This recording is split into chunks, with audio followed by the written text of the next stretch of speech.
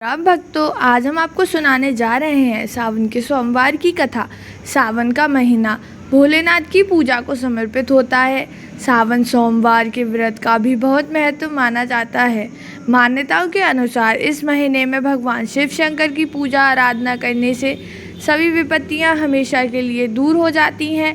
शास्त्र के अनुसार सावन का महीना भोलेनाथ को बहुत प्रिय है। भगवान शिव को समर्पित किया गया यह महीना बहुत ही पवित्र होता है। ऐसा कहा जाता है कि जो भक्त सच्चे मन से इस महीने में भोलेनाथ की पूजा अर्चना करता है वह हमेशा सुख संपत्ति पाता है। कुछ श्रद्धालु सावन के महीने में सोमवार का व्रत रखकर भोलेनाथ की भक्ति करते हैं। धर्म के अनुसार भोलेनाथ की भक्ति से व्यक्ति को मनवांछित और सौभाग्य की प्राप्ति होती है। यदि आप सावन सोमवार का पहला व्रत रखने की सोच रहे हैं तो उस दिन इस कथा को ज़रूर पढ़ें। ऐसा कहा जाता है इस कथा को पढ़ने से भोलेनाथ सभी मनोकामनाओं को शीघ्र पूर्ण करते हैं।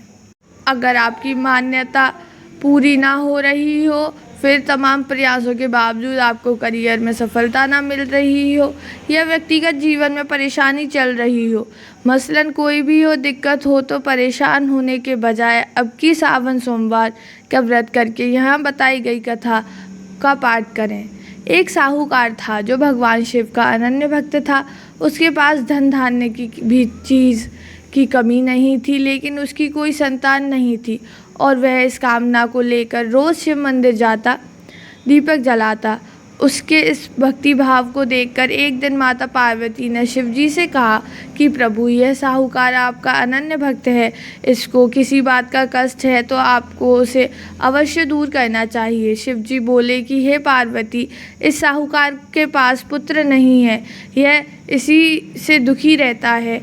माता पार्वती कहती हैं कि हे ईश्वर, कृपा करके इसे पुत्र का वरदान दे दीजिए। तब भोलेनाथ ने कहा कि हे पार्वती, साहूकार के भाग्य में पुत्र का योग नहीं है। ऐसे में अगर इसे पुत्र प्राप्ति का वरदान मिल भी गया तो वह केवल 12 वर्ष की आयु तक ही जीवित रहेगा।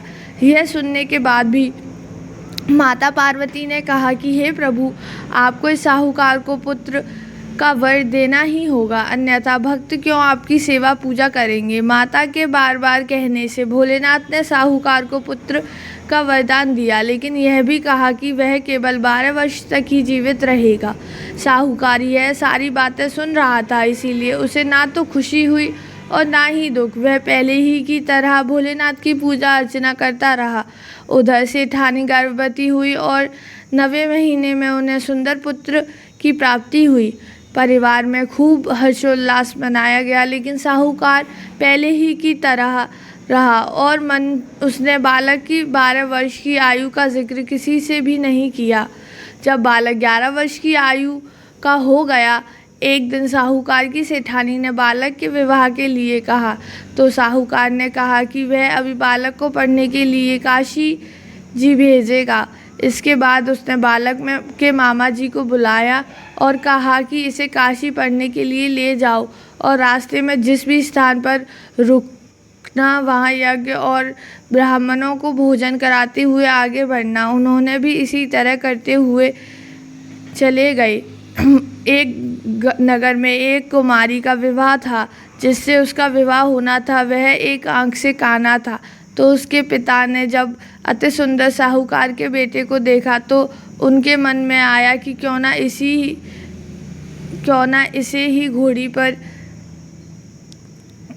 इसके बाद साहूकार का बेटा विवाह की बेदी पर बैठा और जब विवाह कार्य संपन्न हो गए तो जाने से पहले उसने राजकुमारी की चुनरी के पल्ले पर लिखा कि तेरा विवाह तो मेरे साथ हुआ, लेकिन जिस राजकुमार के साथ भेजेंगे वह तो एक आंख का काना है। इसके बाद वह अपने मामा के साथ काशी के लिए चला गया। उधर जब राजकुमारी ने अपनी चुनरी पर यह लिखा हुआ पाया तो उसने राजकुमार के साथ जाने से मना कर दिया। तो राजा ने भी अपनी पुत्री को बारात के साथ विदा नहीं किया। बारात वापस लौट गई। उधर मामा और भांजे काशी जी पहुँच गए थे। एक दिन जब मामा ने यज्ञ रचा रखा था और भांजा बहुत देर तक बाहर नहीं आया तो मामा ने अंदर जाकर देखा तो भांजे के प्राण निकल चुके थे। वह बहुत परेशान हुआ, लेकिन सोचा कि अभी रोना पीटना मचाया तो ब्राह्मण चले जाएंगे और यज्ञ का कार्य अधूरा रह जाएगा। जब यज्ञ संपन्न हुआ तो मामा ने रोना पीटना शुरू किया। उसी समय शिव पार्वती जी उधर से जा रहे थे तो माता पार्वती ने शिव जी से पूछा, हे प्रभु, ये कौन रो रहा है? तभी उन्हें पता चलता है कि यह तो भोलेनाथ के आशीर्वाद से जन्मा साहूकार का पुत्र है। तब माता पार्वती कहती हैं कि हे स्वामी, इसे जीवित कर दें, अन्यथा रोते रोते इसके माता पिता के प्राण निकल जाएंगे। तब भोलेनाथ ने कहा कि हे पार्वती, इसकी आयु इतनी ही थी, सो वह भोग चुका, लेकिन माँ के बार बार आग्रह करने पर भोलेनाथ ने उसे जीवित कर दिया। लड़का ओम नमः शिवाय करते हुए जी उठा और मामा भांजे दोनों ने ईश्वर को धन्यवाद दे दिया और अपनी नगरी की ओर लौटे। रास्ते में वहीं नगर पड़ा और राजकुमारी ने उन्हें पहचान लिया। तब राजा ने राजकुमारी को साहूकार के बेटे के साथ बहुत सारे धन धान्य के साथ विदा किया। उधर साहूकार और उसकी पत्नी छत पर बैठे थे। उन्होंने यह प्रण कर रखा था कि यदि उनका पुत्र सकुशल न लौटा तो वह छत से कूदकर अपने प्राण त्याग देंगे।